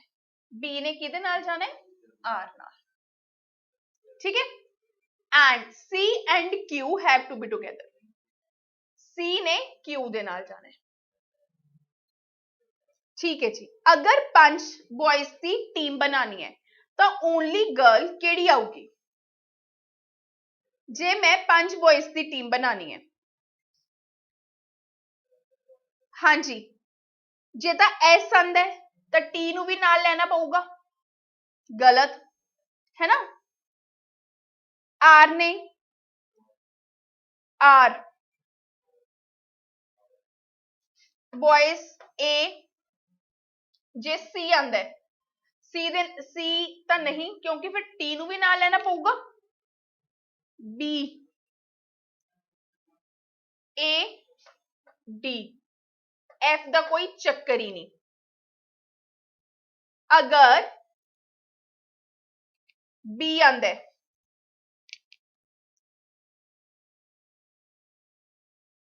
सी दे नाल क्यू ने आना है. सी दे नाल क्यू ने आना है. आपां सी लेने हैं. ए सी डी ई ते नाल केड़ा आ जाऊगा, क्यू. लड़की केड़ी जाऊगी, क्यू जाऊगी. ठीक है जी. नेक्स्ट, हाँ जी, इसी तरीके नाल अगले 2 क्वेश्चन भी आपां सॉल्व करांगे एनालाइज करके. ठीक जी. नेक्स्ट देखो, in a certain language, police 1 2 3 4 5 6, lonely 1 2 3 4 5 6, कितना बनया 36. बिल्कुल जी. नेक्स्ट देखो, 3 3 ते 7 21, अपने कोल की आया पॉजिटिव. 1 2 3 4 5 6 7 8, 1 2 3 4 5 6 7, की आंसर आऊगा 56. क्लियर जी. हाँ जी, इसी तरीके नाल अपनी तैयारी कर दे रो. All the very best. Thank you. Hello student, कैसे हैं आप लोग. उम्मीद करते हैं बहुत अच्छे होंगे. तो जैसे कि आपको पता है कि हर हफ्ते आपके लिए एक मॉक टेस्ट लाया जाता है, तो आज फिर से मैं आशीष आपके साथ हाजिर हुआ हूं और कंप्यूटर में जो भी क्वेश्चन थे उनको कैसे सॉल्व आप लोगों ने करना था वो हम लोग यहाँ पे डिस्कस करेंगे. चलिए क्लास स्टार्ट करते हैं. देखते हैं सबसे पहले फर्स्ट क्वेश्चन. अगर फर्स्ट क्वेश्चन की बात करते हैं तो ये रहा पहला क्वेश्चन. फर्स्ट क्वेश्चन में देखिए, and dash is a communication path that transfer the data between the component inside a computer. अब देखिए, इस बात का मतलब है कि एक जगह से दूसरी जगह के ऊपर अगर डेटा ट्रांसफर करवाना है तो आप किसकी जरूरत आपको यहाँ पे पड़ती है. Cache memory, input output devices या फिर ALU. तो आंसर आपके पास यहाँ पे अगर मैं साफ तौर पे बात करता हूं तो आंसर जो है यहाँ पे साफ तौर पे आपको पता चल रहा है, बस यहाँ पे आंसर है. बस के थ्रू आप लोग क्या करते हैं, एक प्लेस से दूसरे प्लेस में डेटा ट्रांसफर का जो है काम वो इसके थ्रू होता है. अगर मैं कैशे मेमोरी की बात करूं, ये तो स्टोरेज के लिए है, तो इसलिए कभी आंसर नहीं बनेगा. और इनपुट आउटपुट की बात करूं तो ये तो इनपुट देने के लिए और आउटपुट दिखाने के लिए होते हैं, ट्रांसफरिंग के लिए नहीं होता है. ये तो अरिथमेटिक लॉजिकल यूनिट है, इस वजह से ये भी कभी आंसर नहीं बनेगा. आंसर क्या बनता आपके पास, बस के थ्रू एक जगह से दूसरी जगह में डेटा को ट्रांसफर करवाने के लिए हम लोग क्या करते हैं, यूज करते हैं. ठीक है, होपफुली बात क्लियर है. चलिए नेक्स्ट क्वेश्चन की बात करते हैं. Narrow, moderate, wide and mirrored are the example of dash in MS Word 2016। तो ये अपने आप में क्या है, पेज मार्जिन है। जैसे आपके पास एक होता है यहाँ पे मार्जिन, तो एक आपके पास आता है गटर मार्जिन। गटर मार्जिन की अगर मैं बात करता हूं तो गटर मार्जिन का मीनिंग अपने आप में बड़ा इंपॉर्टेंट है। यहाँ पे मान लीजिए ये एक नोटबुक है और इस नोटबुक में ये जो बाइंडिंग स्पेस, बाइंडिंग जहां पे साथ में लास्ट में बाइंडिंग हुई होती है, तो कई बार पेपर में ये भी पूछ ले जाता है कि but does mean gutter margin. तो गटर मार्जिन का मीनिंग क्या होता है कि बाइंडिंग स्पेस जो साइड में छोड़ा जाता है। तो सिमिलरली नैरो जो है आपके पास, मॉडरेट जो है, मिरर जो है, ये क्या सारे के सारे पेज मार्जिन है। मार्जिन का मतलब है कि लेफ्ट साइड में कितना छोड़ेंगे, राइट साइड में आप लोग कितना छोड़ेंगे, उसको बोला जाता है। तो यहां पे सेम गटर मार्जिन आपके पास पूछा जाता है।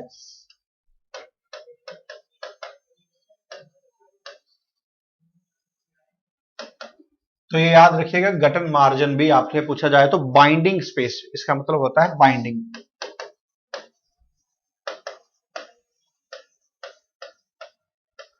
जो बाइंडिंग करने के लिए आप लोग स्पेस यूज करते हैं उसको क्या बोला जाता है, गटर मार्जिन, जो साइड में आप लोग छोड़ते हैं। ठीक है, तो ये एक अपने आप में इंपॉर्टेंट क्वेश्चन है जिसके बारे में आप लोगों को यहाँ पे पता होना चाहिए। चलिए इसी तरीके से नेक्स्ट क्वेश्चन देखते हैं।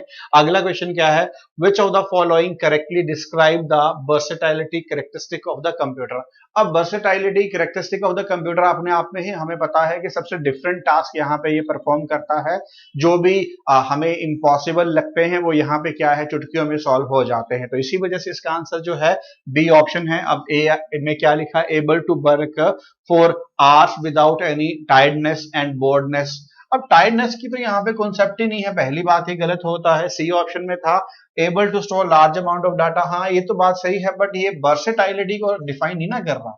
अब यहाँ पे क्या है, able to execute million of instruction per second, हाँ ये बात सही है, पर इसको ये डिस्क्राइब नहीं कर रहा वर्सेटाइलिटी और कैरेक्टरिस्टिक। मेन जो कैरेक्टरिस्टिक है वो ये है कि डिफरेंट टाइप के जितने भी टास्क हैं उनको क्या है, बिना रुके आपके पास ही परफॉर्म कर देता है। तो answer is B option.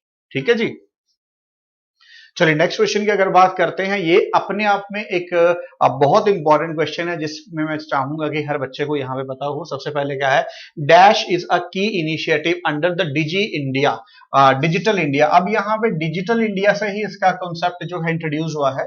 Digital India that Indian government flagship programme aim to transformation India into a digitally empowered society and knowledge economy.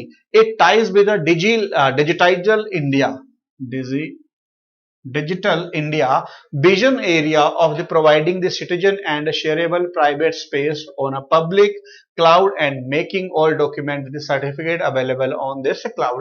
अब सबसे बड़ी बात है आज की डेट में, जैसे आप जीमेल यूज करते हैं तो आपको गूगल ड्राइव जो है 15 GB तक फ्री स्पेस जो है प्रोवाइड करवाता है, बट उसमें जो है हमें लगता है कि सारा का सारा डेटा हमारा सिक्योर है।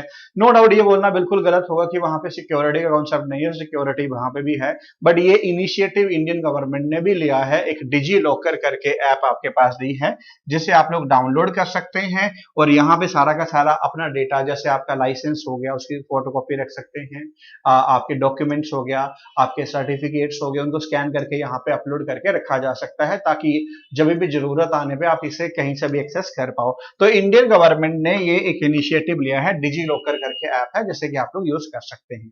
ठीक है, तो ये आपको यहाँ पे पता होना चाहिए।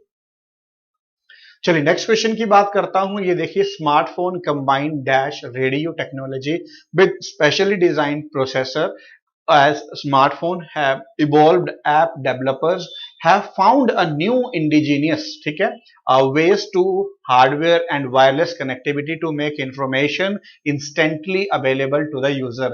तो ये जो है किसमें हो पाया, एनालॉग, जीएसएम और डिजिटल। ये काम इन पे ना तो एनालॉग पे हो पाया, ना तो जीएसएम पे हो पाया, ना डिजिटल पे हो पाया। ये काम जो है सेलुलर टेक्नोलॉजी में हम लोगों ने किया है, जिसका कि आज आप लोग यहाँ पे यूज कर रहे हैं। कई बार आपसे पूछ ले जाता है but is the full form of GSM, तो ये भी आपको यहाँ पे पता होना चाहिए। ठीक है, चलिए नेक्स्ट अगर मैं बात करता हूं आगे, देखिए अगला क्वेश्चन जो है बहुत इंपॉर्टेंट है, बस इतना बड़ा लिखा जरूर है पर इसका मीनिंग जो है छोटा सा है। देखिए, it is the type of system software kernel that sits between the computer hardware and and user. it is installed first on the computer to allow the device's application to be identified and therefore the functional. But is the name of the computer component. ऐसा एक component का नाम बताइए जिसे सबसे पहले install किया जाता है, फिर ये आइडेंटिफाई करता है कि कौन सा जो सॉफ्टवेयर है वो कब रन करेगा, कैसे रन करवाना है, उसी के थ्रू सारे के सारे सॉफ्टवेयर को हम लोग यहाँ पे क्या करवाएंगे, रन करवाएंगे। तो वो क्या फर्मवेयर है, ट्रांसलेटर है, ऑपरेटिंग सिस्टम है या फिर यूटिलिटी सॉफ्टवेयर। तो अगर मैं बात करता हूं यहाँ पे विंडोज ऑपरेटिंग सिस्टम को, आप लोग विंडो 7, विंडो 8, विंडो 10 करके जानते हैं। ऑपरेटिंग सिस्टम अगर आपके पास रहेगा तो सारा का सारा काम आप लोग यहाँ पे आसानी से कर सकते हैं। तो होपफुली बात आपको क्लियर है, ठीक है। नेक्स्ट है आपके पास a dash is a collection of design chooses that included colour, font and the special effect. तो वो किसमें है, डेटा, थीम, टेबल या स्लाइड। तो साफ तौर पे पता चल रहा है डेटा तो जिसको देते हैं, टेबल तो बनाते हैं, स्लाइड तो चलती है। तो ये किस में रहेगा, सारा का सारा काम थीम्स में आपको बना बनाया यहाँ पे मिलता है, ठीक है।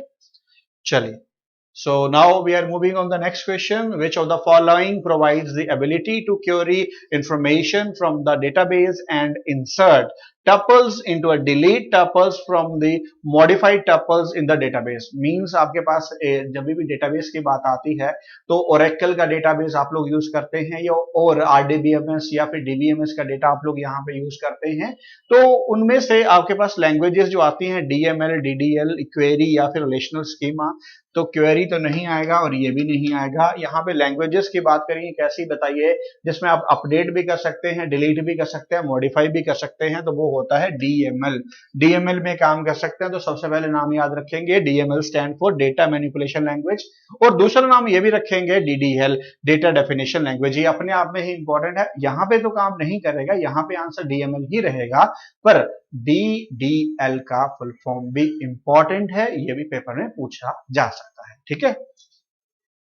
चलिए क्लास नेक्स्ट क्वेश्चन की बात करते हैं। ऑप्टिकल सेंसर और simplify a sensor is a dash electronic device used to read and capture the printed text on image. अब आपको यहाँ पे साफ तौर पे पता चल रहा है कि जो यहाँ पे बात हो रही है वो एक स्कैनिंग की बात हो रही है। तो इनमें से कौन सा वो बनेगा, कंट्रोल्ड आउटपुट, डार्क या फिर लाइट सेंसिंग।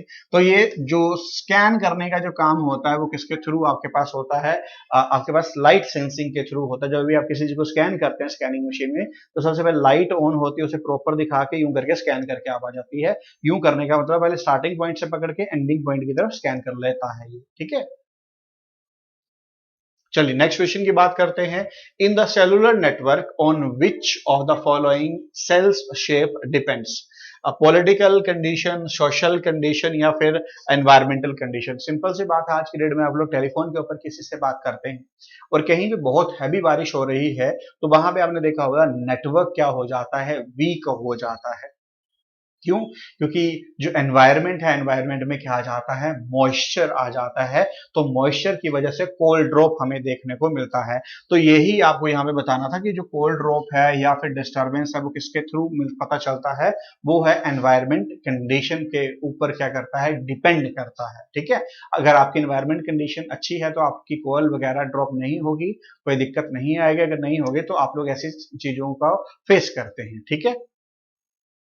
चलिए तो मैं इसके साथ यहाँ पे एंड कर रहा हूँ। सो गाइस मिलते हैं नेक्स्ट वीक और नेक्स्ट क्वेश्चन के साथ। होपफुली ये आपका दिन अच्छा रहे। Thank you class. हेलो दोस्तों, स्वागत है आप सबका ज्ञानम के ऑनलाइन लर्निंग प्लेटफॉर्म पर। और आज के सेशन में हम आपके वीकली मॉक टेस्ट का क्वांट का सेक्शन डिस्कस करने वाले हैं कि क्वेश्चनों को कैसे जल्दी से जल्दी सॉल्व किया जा सकता है, उस चीज के ऊपर हम बात करेंगे। चलिए तो फर्स्ट क्वेश्चन आपके सामने है। फर्स्ट क्वेश्चन में क्या बोला गया है, 8 years ago Purvi age was equal to the sum of the present age of her one son and one daughter.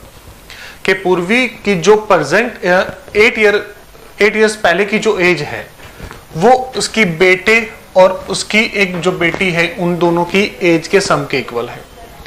5 years hence the respective ratio between the age of her daughter and her son is 7:6। 5 years hence मतलब आज से 5 साल के बाद जो उनका ratio है वो 7 और 6 है, ठीक है।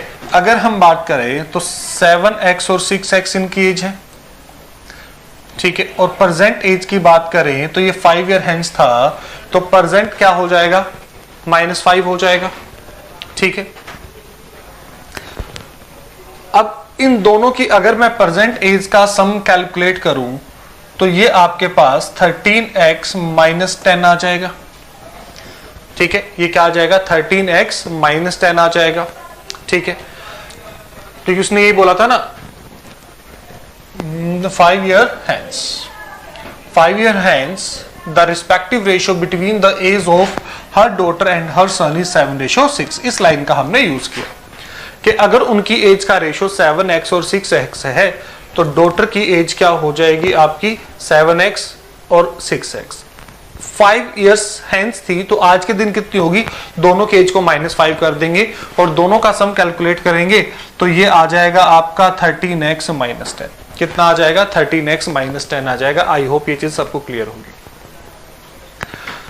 इफ पूर्वी husband is 7 years elder to her and his present age is three times the present age of their son।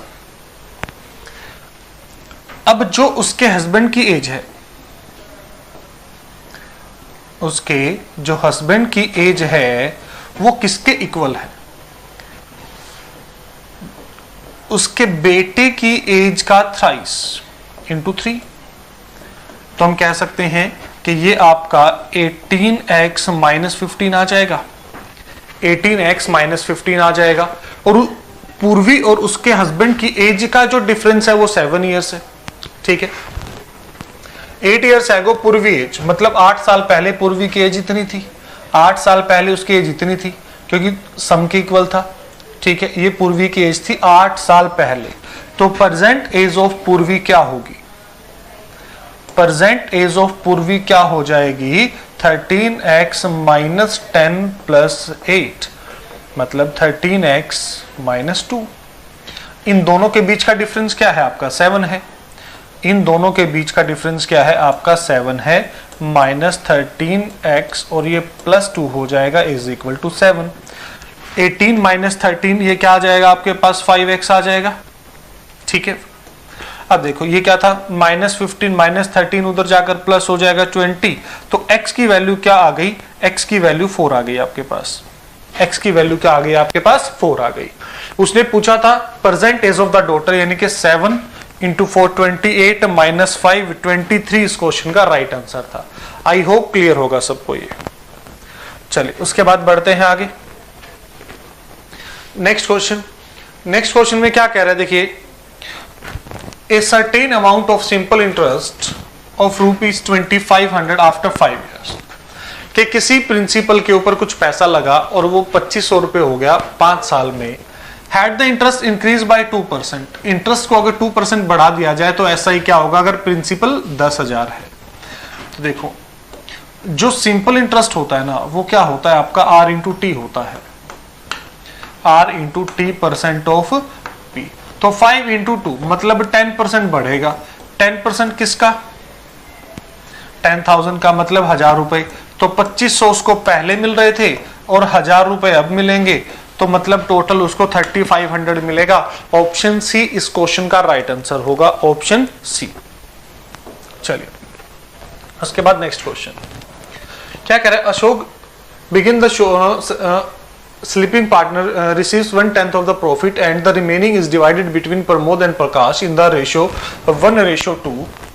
If the difference between the profit of share of Ashok and Prakash is 2000, what is the Pramod share? तो प्रमोद का share अपने को calculate करना है। देखो 1/10, तो मैं कहता हूं कि टोटल प्रॉफिट 10 रुपीज ये था। मान लेते हैं कि टोटल प्रॉफिट कितना था, 10 रुपए था। तो 10 में से सबसे पहले अशोक ने कितना ले लिया, 1 रुपया। तो बचे कितने, 9 रुपए बचे। और जो 9 रुपीज बचे हैं, ठीक है, वो प्रमोद और प्रकाश में डिवाइड हुआ किस रेशो में, 1:2। मतलब टोटल 3 यूनिट की वैल्यू क्या है, 3। 1 यूनिट की वैल्यू क्या आ जाएगी, 3, और 2 यूनिट की वैल्यू 6। ठीक है, अशोक को 1 रुपया मिला, प्रकाश को 6 रुपए मिले। तो इन दोनों में जो डिफरेंस है वो 5 यूनिट का है, जो कि किसके इक्वल है आपका, 2000 के। तो 1 यूनिट की वैल्यू क्या हो जाएगी, 400। उसने प्रमोद का पूछा था, 2 की 3 यूनिट था, तो ये कितना आ जाएगा 1200 रुपए इस क्वेश्चन का आपका राइट आंसर आ जाएगा, 1200 रुपीज। चलिए उसके बाद next question, the ratio of markup price and the selling price when a discount given of an article is 5:4। 5:4 हमारे पास देखो, यहां से अगर हम रेशियो की बात करें तो सेलिंग प्राइस और मार्केट प्राइस का रेशियो है और सीपी और इसका रेशियो है। तो ये रेशियो क्या दे रखा है हमारे पास 5:4 और ये रेशियो क्या दे रखा है 5:6। अब देखो दोनों केस में जो सेलिंग प्राइस है आपका वो तो क्या रहेगा, सेम रहेगा। जो दोनों केस में आपका सेलिंग प्राइस है वो तो क्या रहेगा, सेम रहेगा। तो उसके लिए हम क्या करेंगे, इसको 3 से मल्टीप्लाई कर लें, इसको 2 से 12 बना लेते हैं इसको। तो ये कितना हो जाएगा 10, 12 और 15। 10, 12 और 15। देखो पहले डिस्काउंट कितना था, 1 का डिस्काउंट दिया था 5 के ऊपर, 1/5 मतलब 20% डिस्काउंट दिया गया था, ठीक है। अब कह रहे डिस्काउंट परसेंटेज डबल कर दे, मतलब 40 का डिस्काउंट कर दे। कितने का डिस्काउंट कर दे, 40 का, मतलब डिस्काउंट डबल कर दिया। तो पहले 3 का डिस्काउंट था, तो अब कितने का हो जाएगा, डबल करने के बाद 6 का हो जाएगा। अगर वो डिस्काउंट को 6 का करेगा तो that means selling price change हो गया और न्यू सेलिंग प्राइस क्या हो गया आपका 9 रुपीस हो गया।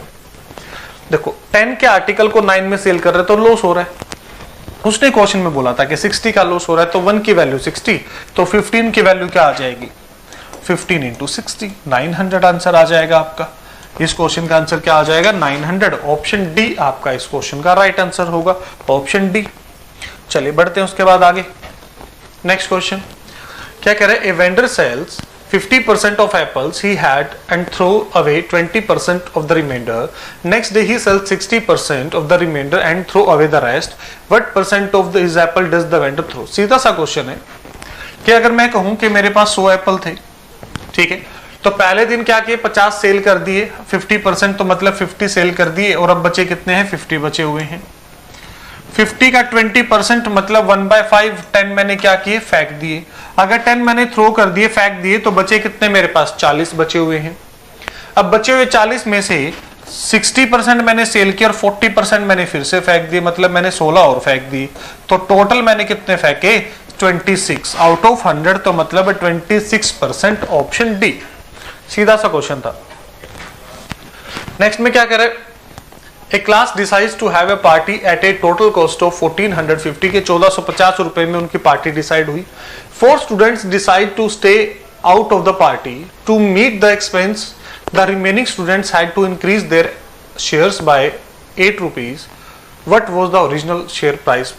देखो number of student into rupees, यही आपका क्या बना होगा 1450 बना होगा, 1450 बना होगा। तो मतलब यहां से मेरा आंसर वो होगा जो इसको पूरा पूरा डिवाइड करे, और लास्ट में 0 है तो सिर्फ एक ही ऑप्शन है जो इसको अभी सीधा सीधा पूरा पूरा डिवाइड करेगा, और वो क्या बनेगा आपका 50। बस इतना सा क्वेश्चन था, इतना सा क्वेश्चन था, इससे ज्यादा इस क्वेश्चन में कुछ करने की जरूरत नहीं थी अपने को।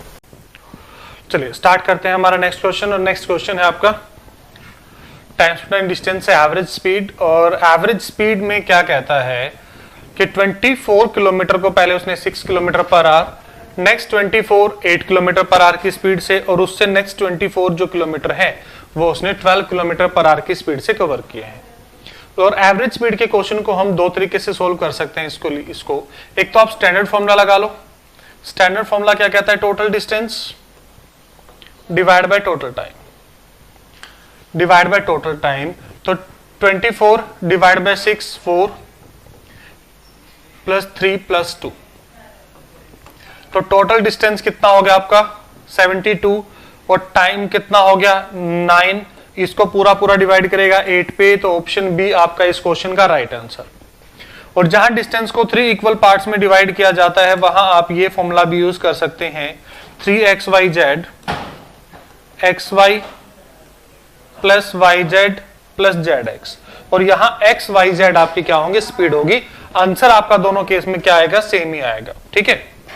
चलिए उसके बाद next question, in what ratio must A grocer mix 2 varieties of pulses costing 15 and 20 rupees per kg respectively so that to get a mixture worth of this। तो फर्स्ट क्या है 15 रुपीज, सेकंड क्या है 20 रुपीज, और mixer की cost क्या है 16.50। लगा दो एलिगेशन। क्या करना, कुछ नहीं करना, सिंपल एलिगेशन लगेगा। ये बना 3.5, ये बना आपका 1.5, 5 से डिवाइड करो, 7:3। ऑप्शन सी इस क्वेश्चन का आपका राइट आंसर होगा। चलिए उसके बाद बढ़ते हैं नेक्स्ट क्वेश्चन पे। नेक्स्ट क्वेश्चन में क्या कह रहा है, the ratio of salaries of A and B is 5:7। A और बी की सैलरी का रेशियो दे रखा है आपको 5:7 and B ratio C is 3:5, और बी और सी की जो सैलरी का रेशियो है वो 3:5 है। बी की सैलरी सेम रहेगी तो ऊपर 3 से मल्टीप्लाई करेंगे तो ये 15 और 21, और ये 7 से मल्टीप्लाई होगा तो ये 35 आ गया। ठीक है जी, इतना तो हो गया। The salary of A is 1,65,000, मतलब 15 यूनिट की वैल्यू दे रखी है 1,65,000. She spends 28.56% of the salary on the rent. How much money is left with C after expenditure on the rent? तो रेंट पे खर्च करने के बाद उसके पास कितना बचेगा, और इसकी फ्रैक्शन वैल्यू क्या होती है 2/7 होती है। ठीक है, ये क्या होता है, किसके इक्वल होता है 2/7 के इक्वल होता है। तो मतलब 15 यूनिट की वैल्यू दे रखी। देखो अगर मैं 1 यूनिट की वैल्यू कैलकुलेट करूं, अगर मैं 1 यूनिट की वैल्यू कैलकुलेट करूं तो 1 यूनिट की वैल्यू मेरी होती है 11,000, और सी की सैलरी थी 35 यूनिट, तो इंटू 35। अब सी ने क्या किया, 7 में से 2 रुपए खर्च कर दिए, तो बचे कितने 5, बचे कितने 5 आउट ऑफ 7, बचा कितना 5 आउट ऑफ 7। तो 7 से इसको डिवाइड करेंगे, इसको 5, तो ये बन जाएगा आपका 275 और फिर पीछे 0, तो 2,75,000, 2,75,000। ऑप्शन डी इस क्वेश्चन का राइट आंसर होगा, ऑप्शन डी। चलिए उसके बाद बढ़ते हैं नेक्स्ट क्वेश्चन की तरफ। 6 men and 8 boys can do a piece of work in 10 days, while 26 men and 48 boys in 2 days. 2 से इसको डिवाइड करेंगे तो 5 पे डिवाइड कर देगा, तो 5 into 6 30 men, 5 into 8 40 बॉयज, किसके इक्वल आ गया ये आपका, ये आ गया आपका 26 मैन प्लस 48 बॉयज के इक्वल आ गया।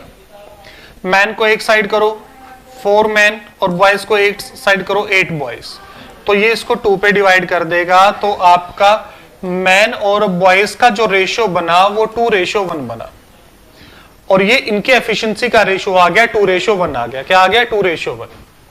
फिर वो कहता है कि बताओ 15 मैन और 20 बॉयज इस वर्क को कितने डेज में कंप्लीट करेंगे। 15 मैन और 20 बॉयज इस वर्क को कितने डेज में कंप्लीट करेंगे। अब पहले वाली दोनों में से कोई एक इक्वेशन उठा लो। मैं कहता हूं कि 6 मैन और 8 बॉयज ये 10 डेज में कंप्लीट करते थे, ये आपका वर्क 10 डेज में कंप्लीट करते थे। मैन की एफिशिएंसी 2 और बॉयज की efficiency 1। 15 into 2 30 plus 2 20, 50 into days किसके इक्वल होगा 6 इंटू 12, 12 प्लस 8 20 इंटू 10। 0 से 0 कैंसिल, ये इसको 4 पे डिवाइड कर देगा, तो 4। ऑप्शन ए इस क्वेश्चन का आपका राइट आंसर होगा, option A. I hope clear होगा सबको। चलिए उसके बाद नेक्स्ट क्वेश्चन पे चलते हैं। A train running at 25 kilometre per hour take 18 seconds to pass a platform and 12 seconds to pass a man walking at 5 km per hour in the opposite direction. Length of the train in how much more than the length of the platform? देखो अगर मैं यहां से बात करूं, जब train ने person को क्रॉस किया तो 12 सेकंड लिए, और जब ट्रेन ने प्लेटफॉर्म को क्रॉस किया तो 18 सेकंड लिए। ठीक है, तो यहां से अगर मैं टाइम का रेशियो लूं तो टाइम का रेशियो क्या होगा 2:3 होगा। टाइम का रेशियो क्या बनेगा 2:3 बनेगा। सॉरी, इसमें पर्सन की स्पीड दे रखी है ना, तो पहले तो हमें लेंथ ही कैलकुलेट करनी पड़ेगी। इसमें पर्सन है, हमें लेंथ कैलकुलेट करनी पड़ेगी। अब डायरेक्शन सेम है तो लेंथ ऑफ ट्रेन क्या हो जाएगा, अपोजिट डायरेक्शन है तो ऐड हो जाएगा 30 into 5/18 into time.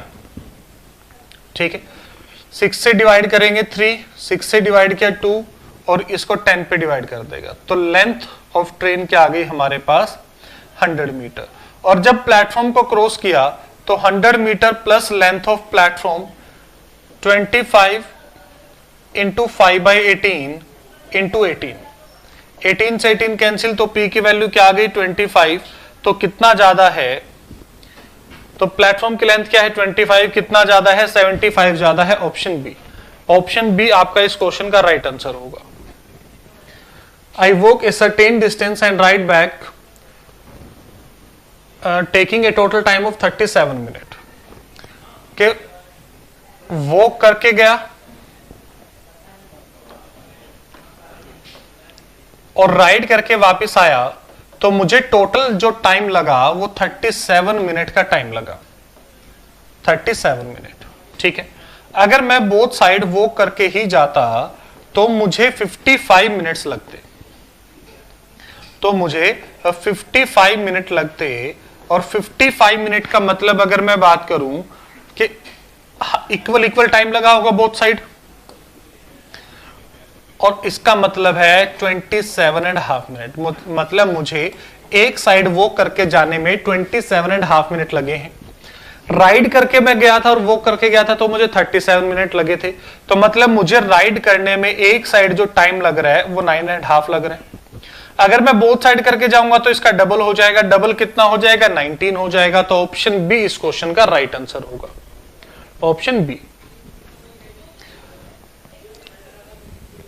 B is 8 years older than A and 8 years younger than C.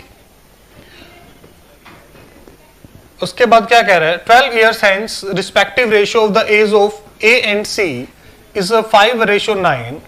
What is the sum of present age of A, B, C? तो A, B, C की as का ratio calculate करना है।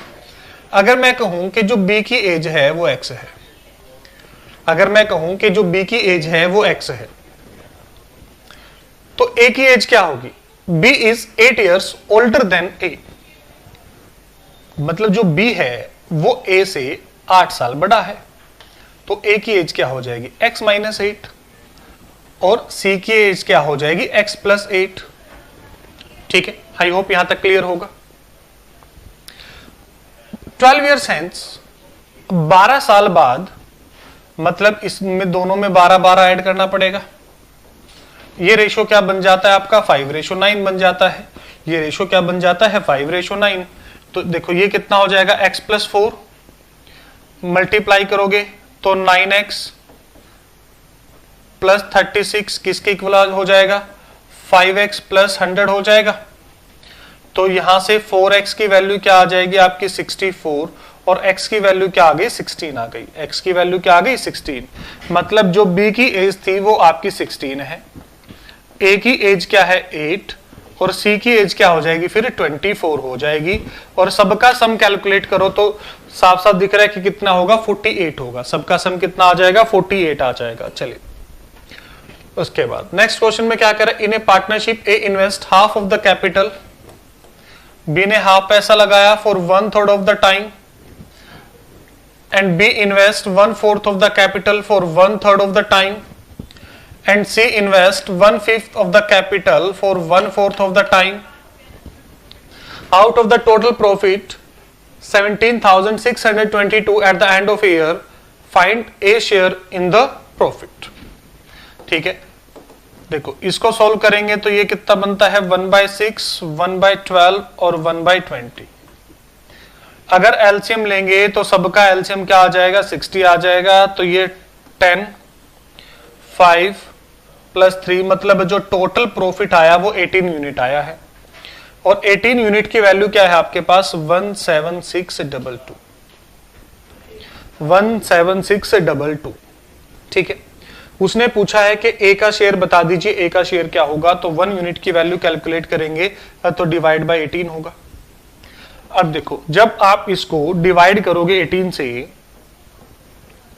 तो ये किस number पे divide होगा, किस नंबर पे डिवाइड होगा, तो देखो अगर मैं लास्ट में अगर इंटू 10 होगा तो मतलब अगर मैं लास्ट के 0 हटा दूं एक बार, तो मतलब डिवाइड करने के बाद ऐसा कुछ नंबर आना चाहिए। देखो सबसे पहले वो 9 पे डिवाइड होता है, 9 पे डिवाइड होता है, तो ऑप्शन ए ही मेरा राइट आंसर। डिवाइड करने की जरूरत नहीं थी यहाँ पे, डिवाइड करने की जरूरत नहीं थी हमें यहाँ पे। चलिए next question, how many kilogram of sugar costing 9 rupees per KG must be mixed with 27 kg of costing 7 rupees per kg और 10% प्रॉफिट के बाद 9.20, मतलब जो 9.20 है ये 10% प्रॉफिट मतलब 110 की वैल्यू है और हमें तो इन 200 कैलकुलेट करना है। ठीक है, पॉइंट से 0 कैंसिल, 11 से डिवाइड करेंगे 10, 11 से डिवाइड करेंगे पहले 8 पे और फिर 4 पे, मतलब 8.4, मतलब जो मिक्सचर की कॉस्ट थी वो आपकी 8.4 थी। मिक्सचर की जो कॉस्ट है वो आपकी 8.4 है। लगा दो भैया एलिगेशन, लगा दो एलिगेशन, इसमें से सब्ट्रैक्ट करो, ये बनेगा 1.4, 9 में से इसको सब्ट्रैक्ट करो 6, 2 से डिवाइड करो 7/3 और 3 यूनिट की वैल्यू क्वेश्चन में क्या है 27 इंटू 9, तो इंटू 9 करोगे तो 63। ऑप्शन डी इस क्वेश्चन का आपका राइट आंसर होगा, ऑप्शन डी। चलिए ये लास्ट क्वेश्चन था हमारा और आई होप सब बच्चों को सारे क्वेश्चन क्लियर होंगे। तो मिलते हैं नेक्स्ट क्लास में, तब तक के लिए take care, thank you so much. Hello everybody, welcome to this English section by Piyush Sardana. So I am Piyush, your budding English language teacher. Guys, English के सेक्शन में देखते हैं जो कि बहुत इजी आया था इस बार। देखते हैं आपके पास क्या क्या अवेलेबल है। Right. Don't think that there is any exception to. यहां पर to लग जाएगा, exception के साथ लगता है to. This is called fixed preposition. One word substitution जो कहते हैं यहां पे ऑल्टरनेट क्या आ सकता है। Too much official formality is called red tapism. पहले इस लाइन में जाइए, अब उस लाइन में जाइए, अब ये या इस काउंटर से उठाइए, ये उस काउंटर से उठाइए, इनको बोला जाता है red tapism. Right. I am sick dash job, कहता मैं जॉब से तंग आ गया हूं। राइट, तंग आ गया हूं। सिक के साथ देखो ऑफ है, बाय है, आउट है, विद तो नहीं होगा। जॉब के साथ विद, मतलब के साथ इज कॉल्ड विद ना, तो कहता मैं जॉब के साथ हो गया हूं सिक, नहीं ऐसा तो नहीं होगा, डजंट मेक सेंस, तो should be I am sick of job. Next, he cross the broken bridge dash warning. अब ये डैश क्यों लगा रहा हूं, कहता दो चीजों को जोड़ने वाले वर्ड को आपको चूज करना है, कंप्लीट करना है। इन स्पाइट ऑफ, ये वाला ऑफ तो लगता नहीं, तो आंसर ये आ जाएगा, ये तो वैसे ही नहीं आएंगे। तो ही cross the broken bridge in spite of warning. He threw cold water over the project and his staff member prepared. कहता जो प्रिपेयर किया था उस पे उसने कोल्ड वाटर फेंक दिया, मतलब उसने एक्सेप्ट नहीं किया, यानी ही रिजेक्टेड। एरर निकालना है। Not everything that a daily newspaper prints is intended to be read or for its educational value. Not everything, everything को देखकर that आता है, everything सिंगुलर भी है, ठीक है, आगे is भी लगा है, फिर उसके बाद न्यूज़पेपर सिंगुलर है, प्रिंट्स भी लगा है, टू बी थर्ड फॉर्म भी लगी है, इट्स लगा है, सॉरी न्यूज़पेपर के लिए एजुकेशनल वैल्यू। हाँ ठीक है, इट इज नो एरर। जरूरी नहीं है कि एरर हो ना हर जगह पर। Next, it was 6 and he was tired. 6 बज गए थे और वो थक गया था, because he has been working. No no no, he had been working, क्योंकि वो काम कर रहा था। A report of the meetings as well as list of new officers is नहीं are printed. Reason, कहता है बात तो रिपोर्ट की हो रही है, तो रिपोर्ट को देखकर लगेगा यहां पर is. ये फुल स्टॉप नहीं आएगा, पता नहीं क्यों लगाया है। Followed by why you worry me when this problem of yours can be solved by your brother. So why do you worry me? आप मुझे वरी क्यों करते हैं जब ये प्रॉब्लम जो आपकी है ये तो आपके ब्रदर के द्वारा भी सॉल्व की जा सकती है। The calculator is on the table. Next, he was angry with me. मेरे साथ, he was angry with me. The newspapers are clamoring against the injustice to the landless laborers. तो वो protest कर रहे हैं, वैसे it is making noise, but वो noising against नहीं आएगा, it is protest हो रहा है। Honest officers find it difficult to attune themselves to corrupt bureaucracy. कहता वो डिफिकल्ट होता है उनको अपने मतलब एट्यून करना, एट्यून इज अडेप्ट करना, कि भाई करप्ट ब्यूरोक्रेसी को हम कैसे अडेप्ट करें। Then we have is an office और post with no work but high pay is called sinecure. यहां पर काम कुछ नहीं होता, पे बहुत ऊपर होती है। मैं बोल तो सकता नहीं हूं कहां पर होता है, बट बता रहा हूं। Next, person who is an indifferent to both pleasure and pain. तो कहता है, अब देखो इसको ध्यान से, ये एग्जाम का क्वेश्चन था। कहता एक ऐसा पर्सन जो इनडिफरेंट है, प्लेजर और पेन दोनों, यानी अगर उस पर प्लेजर आएगा, पेन आएगा, कुछ भी आएगा, वो इनडिफरेंट, वो हिलता नहीं है, उसको क्या बोला जाता है? Anybody can tell me? The answer to this is stoic. Stoic का मतलब होता है कि जो पर्सन पेन आ जाए, प्लेजर आ रहे, हर समान एक समान रहता है, is called stoic. The answer is C, followed by, there we go. I hope you enjoyed it. Thank you.